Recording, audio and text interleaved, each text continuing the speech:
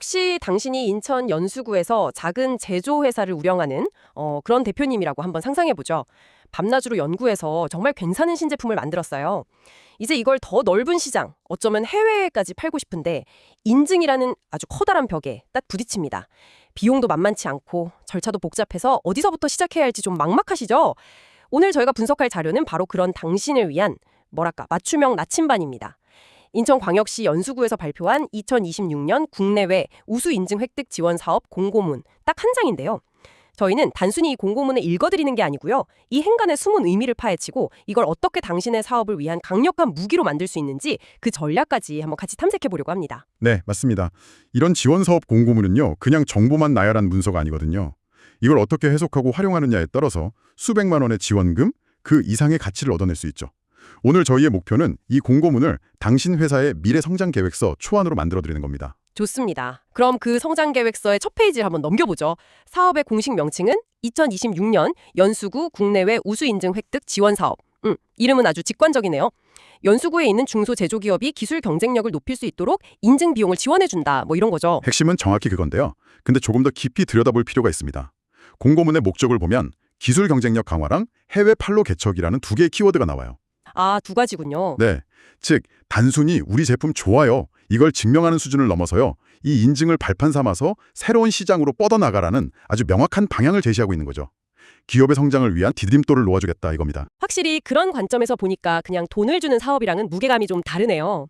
이런 지원 사업은 타이밍이 생명이잖아요. 가장 중요한 일정부터 확인해야겠습니다. 공고문에 따르면 신청 기간이 2026년 2월 6일 금요일부터 2월 26일 목요일 밤 11시 59분까지네요. 바로 그 밤 11시 59분이라는 시간이 함정이 될 수 있습니다.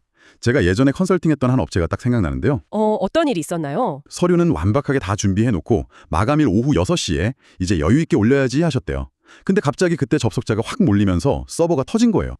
그래서 결국 신청을 못했습니다. 정말 안타까웠죠. 그래서 저는 항상 마감일은 이틀 전이다라고 생각하시라고 조언합니다. 와, 상상만 해도 진짜 아찔하네요. 2월 26일이 아니라 2월 24일을 내 개인적인 마감일로 딱 정해둬야겠군요. 지원 규모는 268개사 내외라고 되어 있는데 이 정도면 넉넉한 편인가요? 연수구 내 중소제조업체 수를 생각하면 결코 넉넉하다고만은 할 수 없습니다. 예산 범위 내에서 지원하는 것이기 때문에 평가를 통해서 대상 기업을 선정하게 되거든요. 아, 경쟁이 있군요. 네, 즉 경쟁이 있다는 뜻이죠. 그래서 더더욱 철저한 준비가 필요합니다. 알겠습니다. 그럼 이제 가장 근본적인 질문으로 넘어가 보죠. 과연 우리 회사도 이 디딤돌을 밟을 자격이 될까? 지원 대상 자격이 아주 명확하게 나와 있습니다. 첫째, 본사와 공장이 모두 인천광역시 연수구에 소재해야 하고요.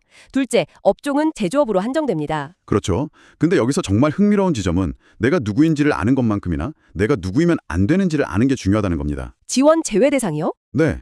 공고문의 지원 제외 대상 항목을 꼼꼼히 봐야 시간 낭비를 막을 수 있습니다. 휴업 중이거나 세금을 체납한 기업, 금융 불량 거래처 이런 것들은 당연히 제외되고요. 그건 기본적인 사항들이죠. 근데 조금 애매하게 보이는 조항이 하나 있네요. 2024년 또는 2025년에 연수구에서 동일한 종류의 지원을 받은 기업은 제외된다.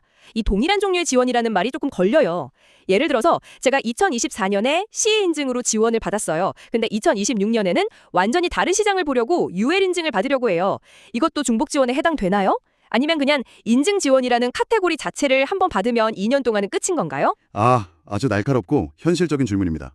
많은 대표님들이 헷갈려하시는 부분이죠. 결론부터 말씀드리면 이 사업의 경우 국내외 우수인증 획득 지원 사업이라는 이 타이틀의 지원을 받은 이력이 있다면 제외됩니다. 아, 인증 종류랑 상관없이요? 네. 어떤 종류의 인증을 받았는지는 중요하지 않습니다. 즉, 2024년에 CE 인증으로 지원금을 받았다면 2026년에 UL 인증으로 다시 신청할 수는 없는 거죠. 이런 디테일을 모르고 계획을 세우면 모든 게 틀어질 수 있습니다. 그렇군요. 자격 조건이 생각보다 까다롭지 않아서 많은 분들이 해당될 것 같은데요. 그렇다면 이제 가장 현실적인 문제, 바로 돈 이야기로 넘어가야겠죠. 이 좋은 기회를 잡았을 때 우리 회사는 실질적으로 어떤 혜택을 얼마나 받을 수 있는 건가요? 지원 항목은요, 인증을 따는 과정에 직접 들어가는 핵심 비용들입니다. 공고문을 보면 인증비, 시험비, 컨설팅비 이렇게 명시되어 있어요. 아, 컨설팅비까지요? 네. 제품이 규격에 맞는지 테스트하는 비용, 인증 절차를 도와주는 전문가 자문 비용까지 모두 포함되는 겁니다. 지원 범위가 꽤 넓네요. 그럼 가장 궁금한 지원 비율과 한도, 여기서부터가 진짜 중요한 정보일 것 같은데요. 네, 여기서부터 이 사업의 전략적인 방향성이 드러납니다. 인증 종류에 따라서 지원 한도에 차등을 두었거든요. 먼저 일반적인 국내 인증이나 해외 규격 인증의 경우 총 들어간 비용의 90% 이내에서 최대 300만 원까지 지원됩니다. 90%면 정말 파격적인데요. 예를 들어 유럽 시장에 진출하려고 CE 인증을 받는데 총 400만 원이 들었다고 치면 90%인 360만 원이 아니라 최대 한도인 300만 원을 지원받게 되는 거군요. 정확합니다. 그런데 더 흥미로운 부분이 있습니다. 지속가능 경영 관련 인증의 경우에는 지원 한도가 훨씬 높아요. 오, 얼마나 높은데요? 똑같이 총 비용의 90% 이내에서 지원되지만 한도가 최대 500만 원까지입니다. 와, 200만 원이나 차이가 나네요. ISO 14001 같은 환경경영 인증이나 ISO 45001 같은 안전보건 경영 인증 이런 게 여기에 해당되는 거군요. 이건 단순히 ESG 경영이 요즘 유행이라서 그런 건 아닐 텐데요. 여기에는 분명 어떤 숨은 메시지가 있는 것 같아요. 바로 그 점입니다. 이 200만 원의 차이는 단순히 돈의 액수를 넘어섭니다. 이건 연수가 미래의 산업 지형을 어떻게 보고 있는지 보여주는 명확한 로드맵인 거죠. 앞으로 글로벌 대기업에 납품하거나 해외로 수출할 때 너희 회사는 환경을 생각하며 물건을 만드니 직원들의 안전을 보장하고 있니? 이런 ESG 관련 인증 요구가 선택이 아닌 필수가 되는 시대가 오고 있거든요. 이걸 미리 대비하라는 겁니다. 그러니까 이건 단기적인 비용 지원이 아니라 몇 년 후를 내다본 장기적인 경쟁력에 대한 투자 기회다. 이런 말씀이시군요. 맞습니다. 지금 이 지원을 받아서 ISO 14001을 획득해두면요. 3년 뒤에 경쟁사들이 허둥지둥 ESG 인증 준비할 때 당신은 이미 검증된 파트너로서 훨씬 앞선 출발선에 서게 될 수 있습니다. 연수구는 그 미래를 위한 준비를 지금 하라고 아주 강력하게 권장하고 있는 셈입니다. 듣고 보니 이 지원금 한도의 차이가 그냥 숫자로 보이지가 않네요. 그런데 잠시만요. 돈 문제에서 아주 중요한 게 또 있죠. 돈을 주는 방식. 이거 먼저 지원금을 받고 사업을 진행하는 건가요? 아니면 그 반대인가요? 아주 중요한 지적입니다. 만약 이걸 놓치면 자금 계획 전체가 엉망이 될 수 있습니다. 공고문을 자세히 보면 사업 완료 후 사업비 정산이라고 명시되어 있어요. 사업 완료 후요? 네, 이른바 선집행 후 정산 방식이죠. 즉 기업이 먼저 인증 획득에 필요한 모든 비용을 지불하고요. 인증서 발급까지 완전히 끝낸 후에 관련 증빙 서류를 제출하면 구청에서 심사한 뒤에 해당 금액을 통장으로 입금해주는 구조입니다. 잠깐만요. 이건 굉장히 중요한 문제네요. 선집행 후 정산 방식이면 사실상 수백만 원의 현금을 몇 달간 묶어둬야 한다는 건데 현금 흐름이 빠듯한 중소기업에게는 이게 지원 사업이 아니라 오히려 진입 장벽이 될 수도 있겠습니다. 혹시 이 부분 때문에 신청을 망설이는 기업들을 위해서 연계된 저금리 대출 상품이라든지 다른 해결책에 대한 안내는 없나요? 안타깝게도 이 공고문 자체에는 그런 연계 지원에 대한 내용은 없습니다. 따라서 이 사업에 지원하기로 마음먹었다면 인증비용 지출부터 지원금 입금까지 최소 몇 달간의 자금 공백을 회사가 감당할 수 있는지 반드시 먼저 따져봐야 합니다. 알겠습니다. 자, 그럼 자격도 되고 우리 회사에 필요한 인증도 정했고 자금 계획까지 세웠다고 가정해보죠. 이제 실행에 옮겨야 하는데 서류 들고 연수구청으로 달려가면 되는 건가요? 아닙니다. 21세기 방식이죠. 신청은 오로지 온라인으로만 가능합니다. 온라인으로만요? 네. 비즈오케이라는 인천시 기업 지원 포털 사이트가 있어요. 주소는 www.bizok.go.kr인데요. 이 사이트에 미리 회원가입을 해두고 사업 공고를 찾아서 온라인으로 신청해야 합니다.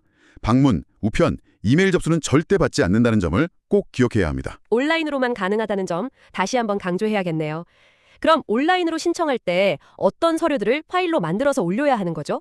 이런 서류 준비가 항상 제일 복잡하고 시간이 많이 걸리더라고요. 그렇죠. 미리 체크리스트를 만들어두지 않으면 마감일에 당황하기 십상입니다. 필수 서류 목록이 상당히 구체적인데요. 우선 사업 신청서 및 사업 계획서, 그리고 청렴서약서는 비즈오케이 사이트에서 양식을 다운로드해서 작성해야 하고요.